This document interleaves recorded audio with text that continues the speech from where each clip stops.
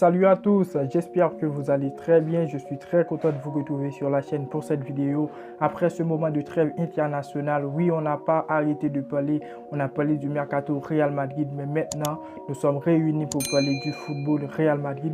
On va parler du match Real Osasuna, ça fait plaisir. Le retour de la Liga, de la Ligue des Champions. Dans cette vidéo, on va parler de l'enjeu du match, mes attentes, l'état de forme des deux équipes, qui doit jouer et qui sera absent pour le Real Madrid.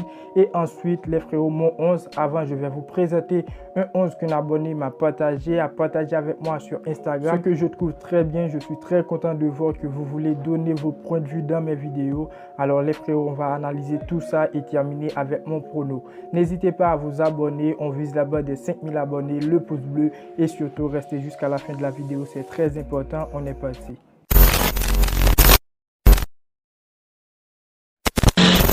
Le Real Madrid affrontera Osasuna ce dimanche à 21 h. Premier match pour le mois d'octobre. On a intérêt à continuer le sans faute après cette trêve internationale. Heureusement, on n'a pas été touché gravement. On a Modric qui a été blessé. Ça aura un impact, mais pas comme les autres équipes qui ont 4 à 5 joueurs blessés, malheureusement. Pour Modric, c'est pas trop grave. Ça parle de 4 matchs absents. On aura des joueurs pour faire le bloc durant son absence. On commence avec l'enjeu du match. Une victoire pour le Real Madrid, c'est obligatoire.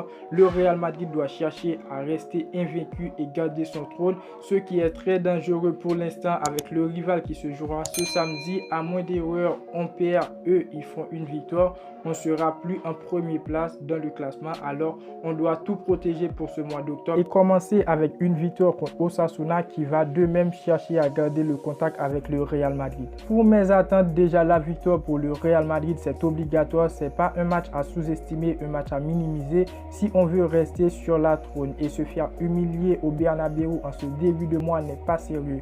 Après, j'attends quand même une bonne prestation de tous les joueurs. Il y a certains qui ont bien explosé durant la trêve internationale et d'autres que j'ai pas vraiment entendu parler, mais c'est le moment de voir à quoi sert cette trêve internationale. Avant, on avait des joueurs puissants avec l'envie de gagner. J'espère voir ces mêmes visages pour m'apporter la victoire face à Osasuna. Ce serait un match qui aura de grandes surprises. Osasuna, c'est une équipe qui a fait un bon départ dans l'élite avec une 5e place honnêtement bien méritée. Le club a remporté 4 de leurs 6 premiers matchs face des formations hors du top 10 comme Almeria, le Rayo Vallecano, mais encore Cadiz. Des victoires qui confirment la très belle saison de l'an passé et qui prouvent que Osasuna a largement le niveau pour venir concurrencer le Real Madrid, d'autant qu'elle a été capable de taper lors de la première journée une bien faible formation de Séville. Cependant, avant la trêve internationale, elles n'ont pas fait le poids sur la pelouse de Getafe. Du côté du Real Madrid, une bonne état de forme, un mois de septembre incroyable, que des victoires et je ne vois pas qui pourra déstabiliser le Real Madrid où il est aujourd'hui. Il doit jouer ce match. Déjà, on a Benzema qui est de retour. Après un long moment, il n'a pas participé à la Ligue des Nations et aussi au dernier match de championnat avec le Real Madrid avant la trêve.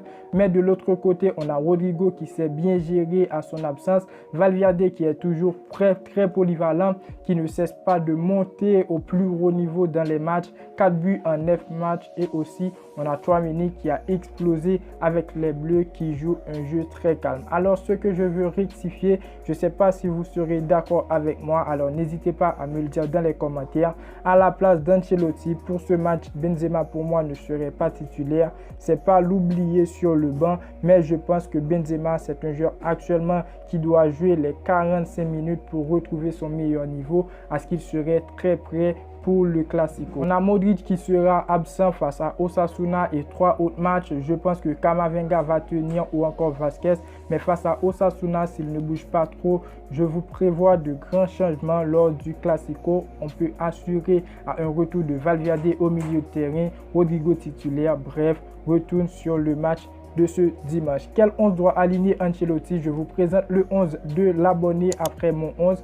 Pour son 11, il a mis au but Lunin, dans la charnière centrale Militao Rudiger, en latéral Carvajal Mendy, au milieu de terrain il a mis Valverde, Tchouaméni et Kroos, dans le secteur offensif il a mis Asensio et Eden Hazard à la place de Vinicius et Rodrigo. Alors moi je n'ai rien à critiquer, c'est son avis. Par contre selon moi il y a des grandes choses à rectifier et des grandes choses si on veut une victoire. Lunin, pourquoi? Oui, il a fait une bonne trêve internationale. J'ai vu les stats, mais sache que le foot en sélection a une grande différence avec le foot en club. Moi, je préfère Courtois parce que les frérots, on a une trône à protéger. Dans la charnière centrale, je suis d'accord. Et au milieu de terrain, je préfère un Vasquez, Tchouaméni, Kroos. Asensio, pour moi, il ne doit pas être titulaire. Dans le secteur offensif, Valverde, Vinicius, Rodrigo, je ne vois pas pourquoi. Peut-être tu as peur de ces déclarations. Bon, pour être plus sérieux, pour moi, Vinicius à gauche est le joueur clé. Donc voilà, au but Thibaut Courtois, dans la charnière centrale Militao, Rudiger, en latéral Carvajal, Mendy, dans le milieu de terrain on retrouve Vasquez, Tchouaméni, Kroos et dans le secteur offensif Valverde, Vinicius et Rodrigo, avec Benzema remplaçant pour son retour pour ne pas se blesser à nouveau. Et voilà pour mon 11 des frérots. Pour mon prono, je vois ce match terminer 3-1 pour le Real Madrid. Victoire Real Madrid. Une seconde victoire pour le Real Madrid en championnat, ça fera grave plaisir. Et les frérots, je pense que tout simplement ce match sera très serré. Alors c'est au Real Madrid de faire la différence. Ils seront au Bernabéu, beaucoup plus facile. Alors n'hésitez pas à me dire ce que vous pensez, à donner vos pronos. La vidéo touche à sa fin. N'hésitez pas à vous abonner si ce n'est pas encore fait, à activer la cloche de notification pour ne pas manquer les suites des vidéos à venir. N'oubliez pas le pouce bleu pour me dire que vous appréciez le travail. Et moi, je vous dis à très bientôt pour une toute nouvelle vidéo. Ciao, ciao.